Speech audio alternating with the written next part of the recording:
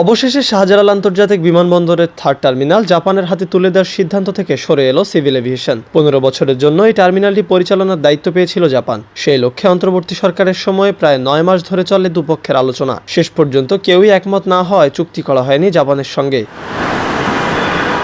তাই শেষ পর্যন্ত বাধ্য হয়ে আন্তর্জাতিক টেন্ডারের পথে হাঁটছে সিভিল এভিয়েশন। গেল 9 ফেব্রুয়ারি সিভিল এভিয়েশন থেকে বেসামরিক বিমান মন্ত্রণালয়ে পাঠানো এক চিঠিতে থার্ড টার্মিনাল পরিচালনার প্রতিষ্ঠান নিয়োগে উন্মুক্ত প্রতিযোগিতামূলক দরপত্র আহ্বানের অনুমতি চাওয়া হয়েছে। এতে বিদেশি যে কোনো যোগ্য অপারেটর এই টার্মিনাল পরিচালনার দৌড়ে অংশ নিতে পারবেন এবং সবচেয়ে ভালো প্রতিদ্বন্দ্বীকারী প্রতিষ্ঠানের হাতে উঠবে থার্ড টার্মিনাল। থার্ড টার্মিনালের পরিচালনার দৌড়ে বিশ্বখ্যাত এয়ারপোর্ট অপারেটর প্রতিষ্ঠানগুলোর আগ্রহ আছে বলেও জানা গেছে।